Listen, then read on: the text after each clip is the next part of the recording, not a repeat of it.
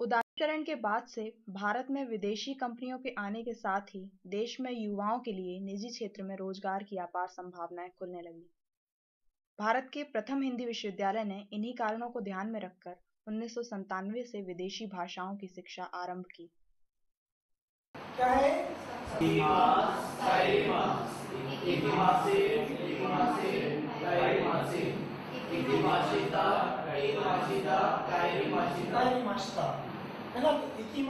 ना?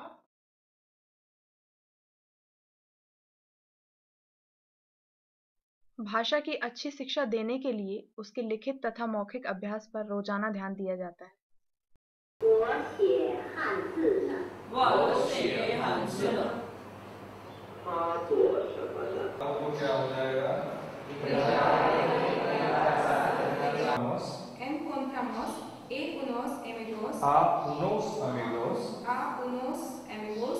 En cuanto la vio leer periódicos y libros que vienen de Francia.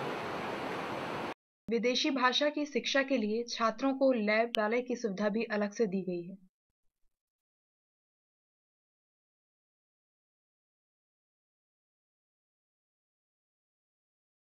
विभूति नारायण राय ने 2012 के सत्र से मल्टी भाषा के रोजगार दिलाने में महत्ता को देखते हुए एमए पाठ्यक्रम में दोहरी डिग्री को अनिवार्य बनाया है, जिससे वर्तमान में एमए पाठ्यक्रम में दाखिला लेने वाले प्रत्येक छात्रों को एक वैकल्पिक भाषा में डिप्लोमा करना अनिवार्य। महात्मा गांधी अंतर्राष्ट्रीय हिंदी विश्वविद्यालयों में कई विदेशी और भारतीय भाषाओं की शिक्षा दी जा रही है। ये शिक्षा हिंदी माध्यम से इसलिए दी जा रही है क्योंकि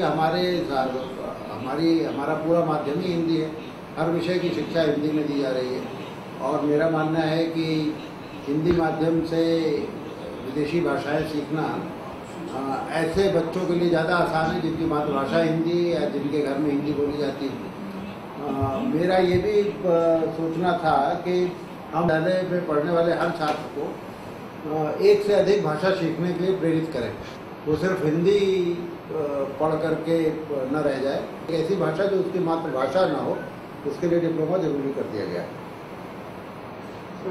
विदेशी भाषा में पाठ्यक्रम सामग्री जो हमारे पास यहाँ तो मेड नहीं है, जो बाहर का ही है, जो विदेशों में जो पढ़ाई होती है वही पाठ्य पुस्तकें। ऐसा देखिए, विदेशी भाषाओं में अभी पाठ्य सामग्री की कमी तो जरूर है, हिंदी माध्यम से तो दूर करने का प्रयास किया जा रहा है।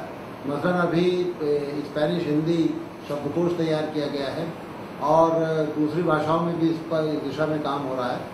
अभी तो इस विश्वविद्यालय में सिर्फ डिप्लोमा स्तर तक की पढ़ाई हो पा रही है, लेकिन मुझे आशा है कि जल्दी ही पीजी डिप्लोमा और मास्टर्स डिग्री की पढ़ाई भी विदेशी भाषाओं में संभव हो जाएगी। आप जानते हैं कि चीनी, जापानी और स्पेनिश की पढ़ाई हो रही है, लेकिन हम जल्दी ही और भी कुछ भाषाएं जिनमें जर्मन है, जिनमें अरबिक है, जिनमें फ्रेंच भी जल्दी ही फिर से शुरू करेंगे। तो इन भाषाओं की पढ़ाई एक बार शुरू हो जाए तो ये इस विश्वविद्यालय में 8 से लेकर के 10 विदेशी भाषाएं पढ़ाई जा सकेंगी, ऐसी व्यवस्था हो जाएगी। इस तरह दूसरी भाषाएं भी जो हम पढ़ा रहे हैं, आप पाएंगे कि उनकी ज़बरदस्त डिमांड होने जा रही है। ग्लोबलाइजेशन का दौर आ रहा है जिसमें बहुराष्ट्रीय कंपनियां भारत में आएंगी, भारत की बहुराष्ट्रीय कंपनियां उन क्षेत्रों में जाएंगी जहां ये भाषाएं बोली जाती हैं। तो इन भाषाओं में महारत हासिल करने वालों के लिए रोजगार के नए रास्ते खुलेंगे।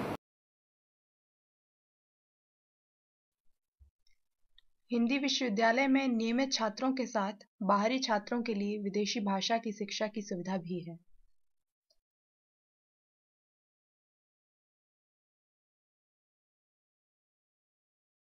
एक मेडिकल प्रोफेशनल होते हुए या फॉरेन लैंग्वेज की पढ़ाई कर रहे हैं, इसके पीछे मतलब आपको क्या लग रहा है? बेसिकली तो ये मेरा पर्सनल इंटरेस्ट था, एक तो लैंग्वेज सीखने का डिफरेंट। अपार्ट फ्रॉम दैट, जैसे कि मैं फिजियोथेरेपिस्ट हूँ बाय ऑक्यूपेशन, तो मैं बाहर के लिए भी अप्लाई कर रही हूँ, जैसे कनाडा और यूएसए।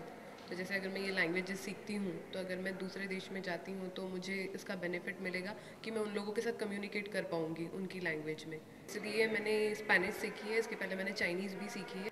मैं डॉक्टर अपेक्षा यादव, मैंने मास्टर्स किया है फिजियोथेरेपी में और मैं Sawangi Datta Meghe Institute of Medical Sciences में as an assistant professor job कर रही हूँ। एक इंजीनियरिंग के स्टूडेंट हैं, फिर भी आप फॉरेन लैंग्वेज की पढ़ाई कर रहे हैं, इसके पीछे आपका क्या मोटिव है, क्या बेनिफिट दिखा? एक्चुअली इंजीनियरिंग करने के बाद फॉरेन लैंग्वेज की स्कोप्स बहुत ज़्यादा रहती हैं। किसी भी कंपनी में अगर हम गए तो प्रेफरेंस अच्छा मिलता है कि हाँ, इनकेस अगर उस कंपनी में सोचा कि मुझे इस कंट्री में अपनी ब्रांच निकालनी है या फिर अपना कंपनी खोलना है, तो मुझे वो चूज़ कर सकता है कि हाँ तुम वहाँ पे जाओ, मुझे वहाँ की पूरी लोकेलिटी बताओ और वहाँ के लोगों से मिलो, बातें करो और व्हाटएवर जो भी हो, उसके एक बीच में एक मीडिएटर में हो जाऊँगा कि उनकी लैंग्वेज में भी ट्रांसलेट कर रहा हूँ और मैं उधर के लोगों से भी बात कर रहा हूँ। मेरा नाम मनीष कुमार है, मैं BE थर्ड ईयर में हूँ अभी, कंप्यूटर साइंस एंड इंजीनियरिंग से, आचार्य विनोबा इंजीनियरिंग ऑफ टेक्नोलॉजी से पौना।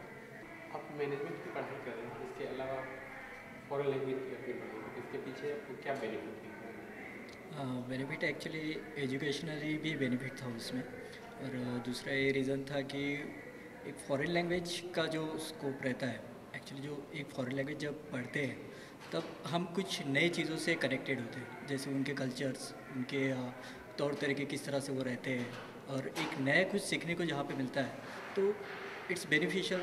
किसी लैंग्वेज को फॉरेन लैंग्वेज के साथ हम कनेक्टेड करते हैं, जैसे हम प्रोफाइल में ऐड करते हैं, तो it's beneficial in our income. तो हमारा जो पेमेंट है वो भी एक्चुअली बढ़ जाता है, और इसके काफ़ी स्कोप है हमारे फील्ड में। जैसे विद मैनेजमेंट में हम कह सकते हैं, जैसे हम कंपनी में वैसे गए, जैसे हम जॉब करने जाते हैं तो वहाँ पे भी हम इसका यूज़ करते हैं।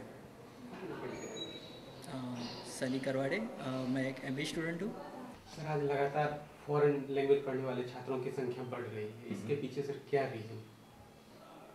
फॉरेन लैंग्वेज जो बच्चे पढ़ रहे हैं या लगातार इसकी संख्या बढ़ रही है, ये सिर्फ रोजगार से जुड़ा हुआ नहीं है, क्योंकि यहाँ पर इस विश्वविद्यालय में जो छात्र पढ़ने आ रहे हैं उसका उद्देश्य सिर्फ रोजगार नहीं है, वह बहुत मजबूती से अपने ज़मीन से जुड़े हुए बच्चे हैं और लिटरेचर में, साहित्य में, राजनीति शास्त्र में, सोशियो पॉलिटिकल लाइफ में, सामाजिक राजनीतिक लाइफ में कंट्रीब्यूट करना चाहते हैं, उसमें भागीदारी करना चाहते हैं और एक मुकाम पाना चाहते हैं।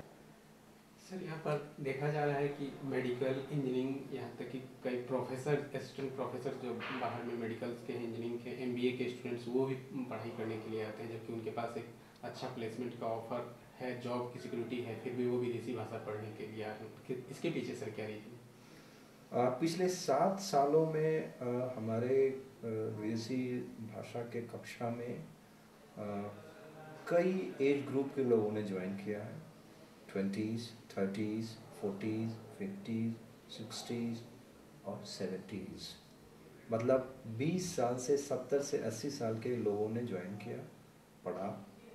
इसमें कई सारे ऐसे लोग थे जो रिटायर्ड थे, रिटायर्ड बैंक के पढ़े हुए लोग थे, रिटायर्ड टीचर्स थे, रिटायर्ड प्रोफेसर्स थे, बहुत सारे ऐसे थे जो ऑलरेडी पढ़ा रहे हैं किसी इंस्टीट्यूशन में प्रोफेसर के रूप में।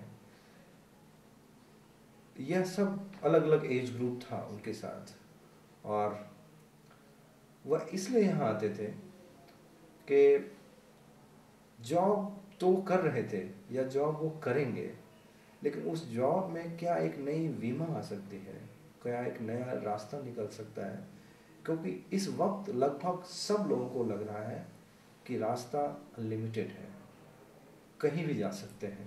पहले ऐसा था, लोगों को लगता था कि हम हवाई जहाज़ पर नहीं चढ़ सकते हैं, हम 5 सितारा होटल में खाना नहीं खा सकते हैं, हम विदेश नहीं जा सकते हैं, लेकिन आज संभव है। कई सारे स्कॉलरशिप्स आते हैं जिस पर वो जाना चाहते हैं।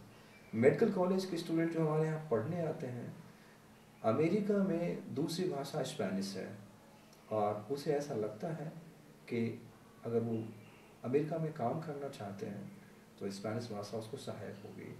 खासकर जब वहाँ वो एडमिशन लेने जाते हैं या परमिट के लिए जाते हैं, तो वहाँ पर स्पेनिश लैंग्वेज प्रोफिशिएंसी एक अनिवार्य पात्रता है, इसलिए वो यहाँ आते हैं। और लगातार मेरा नाम रवि कुमार है और मैं यहाँ स्पेनिश पढ़ाता हूँ महात्मा गांधी अंतर्राष्ट्रीय हिंदी विश्वविद्यालय में पिछले 7 सालों से।